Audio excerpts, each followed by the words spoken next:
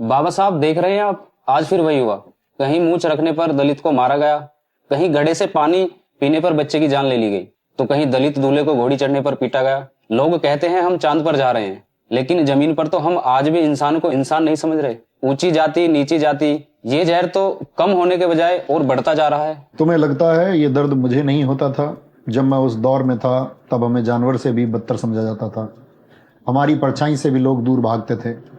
मुझे लगा था कि अगर मैं कानून बना दूंगा, सबको एक बराबर खड़ा कर दूंगा, तो शायद लोगों की मानसिकता बदल जाएगी।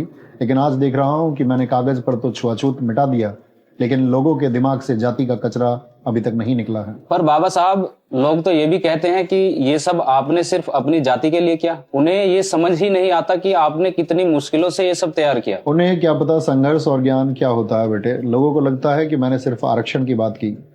उन्हें बताओ कि जब मैं कोलंबिया और लंदन में अपनी रातें काली कर रहा था, तब मैंने द प्रॉब्लम ऑफ रूपी जैसी किताबें लिखी। ये वही रिसर्च थी जिसकी नींव पर आज तुम्हारे देश का रिजर्व बैंक ऑफ इंडिया अर्थात आरबीआई खड़ा है। सिर्फ यही नहीं, आज तुम्हारे खेतों में जो पानी आता है, जो दामोदर घाटी और हीराकुंड जैसे बांध बने हैं, उनकी नीतियां मैंने ही बनाई थी। मैंने 18 घंटे जाग कर पढ़ाई की, अपनी आंखों की रोशनी गंवाई, ताकि मैं भारत को दुनिया के सबसे बेहतरीन देशों की कतार में खड़ा कर सकूं। मेरा काम किसी एक जाति के लिए नहीं, पूरे भारत के निर्माण के लिए था। तुम्हारे लिए आराम करने की परिभाषा होगी 1 घंटे रील्स स्क्रॉल कर लूं, कुछ घंटे चैटिंग कर लूं। जानते हो मेरे लिए आराम का मतलब क्या था?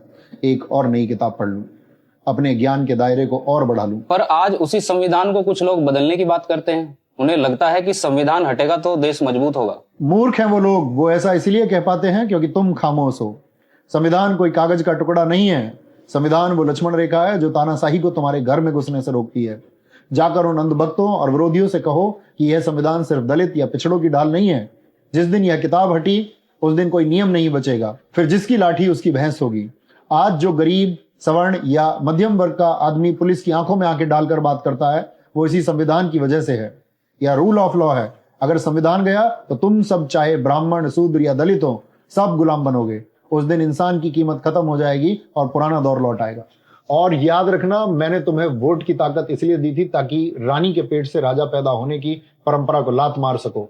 मैंने चाहा था कि अब राजा वो बनेगा जो काबिल होगा।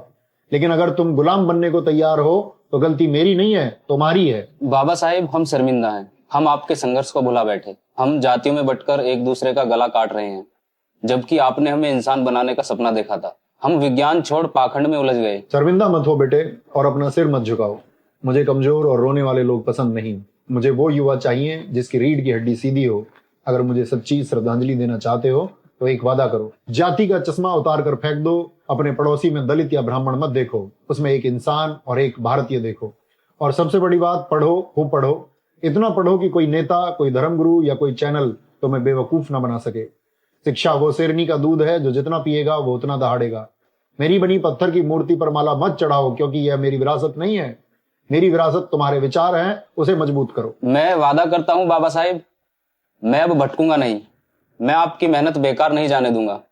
मैं शिक्षित बनूंगा, संगठित रहूंगा, खूब पढ़ूंगा और अन्याय के खिलाफ संघर्ष करूंगा।